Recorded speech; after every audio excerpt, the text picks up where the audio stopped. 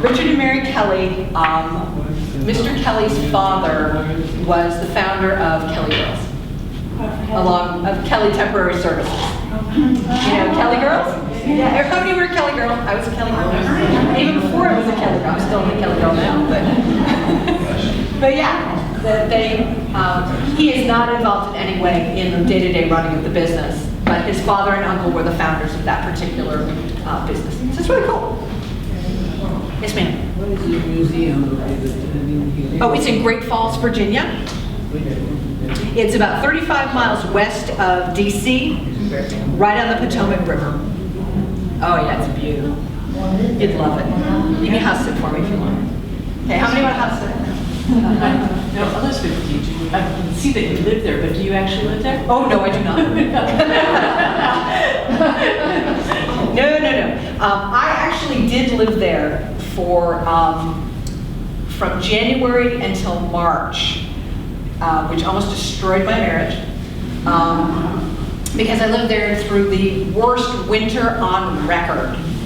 Before the Kellys moved in, when we had just built the house, and I had moved the art in, but we had not, but because the power was out, we had this huge ice storm, there was no security. So who gets to stay when there's no security? The registrars.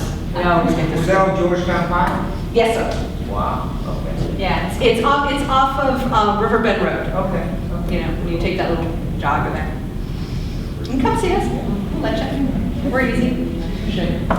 Yes, ma'am. Were these illustrators paid very well at the time? No, they were not. Well, it depended on who they were. Howard Chandler Christie, the guy who created the Christie Girl, he was paid very, very well. In fact, he was the first and only judge of the Miss America contest. Yes, he was in the first and only judge of this, because he was considered to be a man who knew beauty. And he was also given a contract to do 10 paintings over a year for $100,000. That was on one side. On the other side, you have beginning illustrators who would come in who would get maybe $15 for a month's work. So it depended upon how well you could cage the system, and if you were good friends with the art director. If you knew the art director, if you were one of his students, you usually got a better deal. If you were easy to work with, you got a really good deal. If you were Norman Rockwell, you got a great deal. Norman Rockwell did very well. The women illustrators, and that's always a question that I get, is what are the women? Well, women illustrators were wonderful. They were 40% of the workforce until they got married, and then they became 10. What would happen is women would come into the workforce as illustrators. They were brilliant. Jessie Wilcox Smith, Elizabeth Shippen Green, all these women were just wonderful.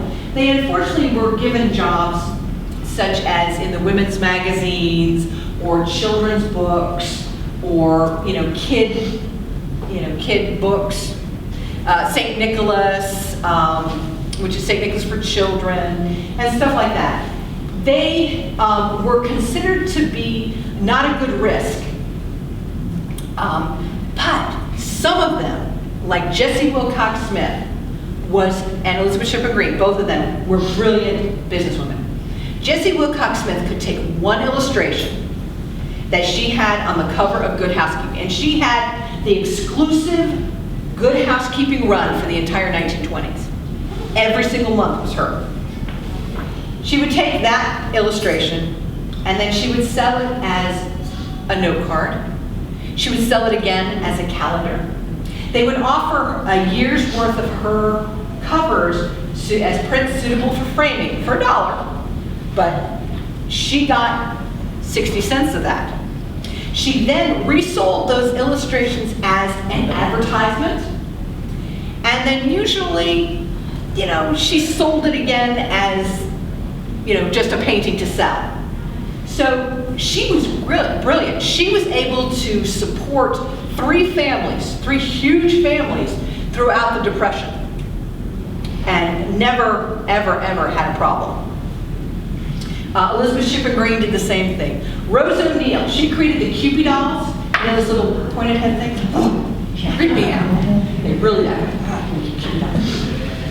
Which are a direct ripoff of Palmer Cox's brownies.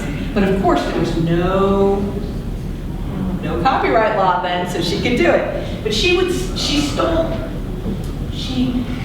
borrowed them and embellished them. All right. But anyway, she was able to turn those images. She had a weekly column in the Saturday Evening Post. She had a monthly gig in Ladies' Home Journal and American Magazine for Boys. And she did the same story. Okay? Then she eventually turned them into little dolls. You know, how many of you had Cupid dolls toy? Yeah. You know, they're worth a fortune. If you still have them, keep them, they're worth a fortune now. But what did they later turn into? What are those little precious moment things? Precious memories or precious moments dolls? Oh, creep me out. But she and her heirs have profited very nicely on that. So she is one of those people who was able to take a single illustration and sell it 6 more times. A lot of the guys weren't able to do that. Norman Rockwell could, Harvey Dunn was able to, but he had many gigs. He was a teacher, and he was an illustrator, and he was socialist mayor of Leonia, New Jersey, and he had a great life. And he was a soldier and all sorts of things. But yes, to answer your question, yes, they were able, some of them were paid very well, and some of them were not. Some of them starved to death. But, you know. Was ever looks. Exactly. All artists, you know. Anything else you'd like to know? Anybody?